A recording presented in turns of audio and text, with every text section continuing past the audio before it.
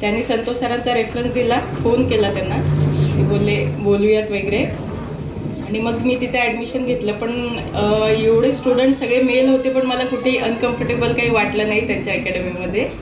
आणि माझ्याकडे वेळ फार कमी होता जॉब करत करत, तर तरी 2 तासाच्या ह्याच्यामध्ये त्यांनी प्रॉपर मला अजेंडा क्रिएट करून दिला होता की तुला एवढी एवढी प्रॅक्टिस करायची आहे, आणि असं असं ओव्हरऑल चांगला एक्सपिरियन्स होता.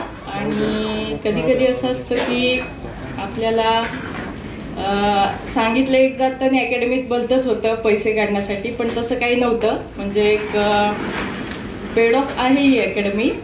तर मी सगळ्यांना रिकमेंड करेन की तुम्ही इथे करू शकता. म्हणजे जे बोललेलं आहे ते होतं, आणि खूप कमी वेळात मी पण असं काही टेक्निक वगैरे प्रॉपर बघून गेली होती.